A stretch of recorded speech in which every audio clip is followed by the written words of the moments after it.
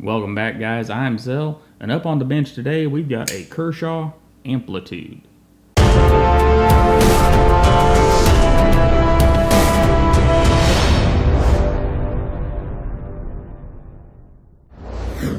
So here she is, guys, the Kershaw Amplitude 3871.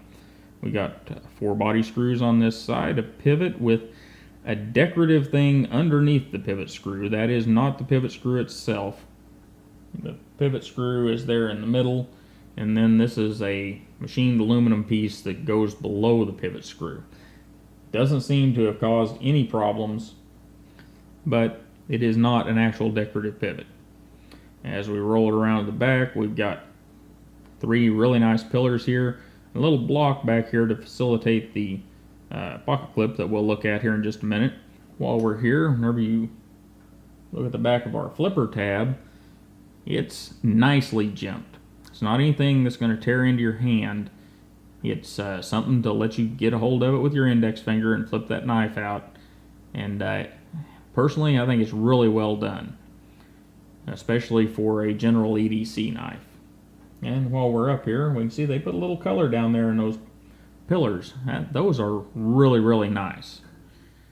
And as we roll it around to the other side, we've got our lock bar and our pocket clip. And this is a deep carry pocket clip. It's very similar to what Buck uses on some of their knives. And we'll get to that in a moment. The pivot is also cut very nice. Very nice looking pivot. And now to that pocket clip as we put it down in our pair of Levi's. That knife pretty much disappears except for the clip. And it still has enough to get a hold of and tensioned right that you can get it out of your pocket without any issues. So, very well done pocket clip. And as we look at the end of the knife, you can see that that is only 1 screw. So if you're going to take that thing out and swap it to the other side, be sure to put a dab of blue Loctite on there so that that screw will stay in place. And looking down the top of the knife, we can see that this thing is really well centered. Good job, Kershaw. Give us more of this. And then the action. It is a Speedsafe assisted knife, so whenever you push down on this little tab on the back, the spring takes over and flicks the knife out, and it does a heck of a good job. And getting a look at our blade, we have kind of a drop point, and it's made out of 8CR13 MOV, a little over 3 inches long with an edge length of right about 3 inches, and a kind of standard stock thickness of about 0.12. And it's a nice little EDC blade. It doesn't get, I think it gets thin, but not ridiculously thin there at the tip. And the 8CR13 MOV, sharpens up pretty good, and it'll hold an edge for a reasonable amount of time. And I think we'll pop our stop and read card up right here, and then we'll move along.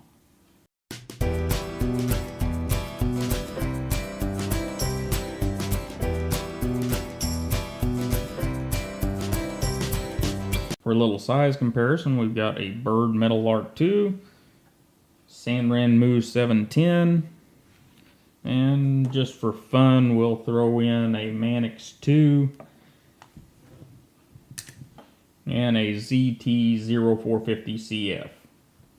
So it's kind of a slightly smaller EDC knife with a blade length, like we said, about a little over 3 inches. And a closed length on the knife of just over 4 inches. And it's nice and thin in this height dimension at just over 1 inch. Makes it a good carrying pocket knife. The only knock here is the weight at over 4 ounces. And, that's kind of what you get whenever you move down the price ladder. They can't afford to use the lightweight materials, so we end up with full slabs of stainless that weigh quite a bit. And like I said, the action on it is excellent, and the ergonomics are good. They're kind of what you get in your standard EDC size knife. It's nothing special, but it's not anything that's going to give you problems. It's got enough that there's a little sticking out past my pinky, and whenever you get it around in the various grips, it does everything just fine. You know, it's no stellar performer in the ergonomics department, but it's no slouch either. So overall, it's in pretty good shape. Now, one thing I do want to show you is whenever you flip this knife out, we get really good lockup. You get somewhere close to 50%. Locks up nice and tight. However, because of the very, very small bushings they have in here to facilitate that hidden stop pin, which the stop pin is right here on the knife instead of being back up in here and exposed. So it is inside the knife in a groove that's cut in the blade. To facilitate that, they use some very small washers.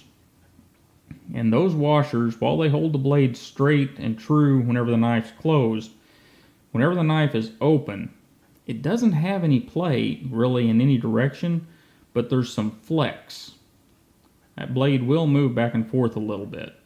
It was a little disconcerting whenever I first started using the knife, or first started messing with it, because actual under use, it doesn't seem to cause any problems. Now, one thing that some of you may be interested in is, like I said, whenever you flip it open, locks up good. If you take the blade and you open it very slowly, it doesn't lock up worth a flip. You know, and that may just be the knife that I have. You know, if you get one, it may not have that problem. Now, you can slide the lock bar over and lock it. However, whenever you flip it open with the Speedsafe, I haven't had an issue. It's locked up nice and solid every time. So, just something to take into consideration if you're considering buying one. Well, what'd you guys think of the Amplitude? You know, for me, this is kind of a get back to dealing with Kershaw knife. We've done some Kershaw reviews, but not very many over the past several months because some of the Kershaw knives that were out last fall and in the spring kind of burnt me. You know, they had the same blade steel, reasonable stuff, the 8CR13 MOV, but they had some mechanical problems. And so I kind of got burnt. I really didn't want to deal with Kershaw knives for a while. But I saw this one the other day, and knowing we had the Barge and some other Kershaws that we kind of needed to look at, I went ahead and picked it up.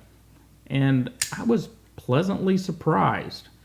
You know, it really doesn't have any major problems. It's well centered, and it's got some good design choices. That deep carry pocket clip is pretty impressive. You know, it's similar to what Buck uses, but rather nice. The action works really, really good. There's really nothing to complain about but weight here. And, you know, whenever you're spending $29 on a knife, that's part of the deal. It's probably going to weigh more unless it's made out of nylon or some form of plastic. So, as much as it is a little weird for me to do, I've got to say Kershaw done a darn good job with this one. And from what I can tell right now, it is available in a 2.5 inch and a darker handle material. This one is still out there, but Kershaw doesn't list it on its website. And you also have a blackwash model that's currently available. So, do I recommend it? Well, I don't know. All I can say is it is probably the best Kershaw branded knife that I have seen in quite a while that's not made in the United States. So, you know, take it for what you will. If you like the knife, give it a shot. If you're kind of iffy on it, see if you can put your hands on one before you put your money down. And anyhow, guys, I really appreciate you stopping by. Don't forget to like, share, and subscribe. And you have a wonderful day, and I'll see you next time.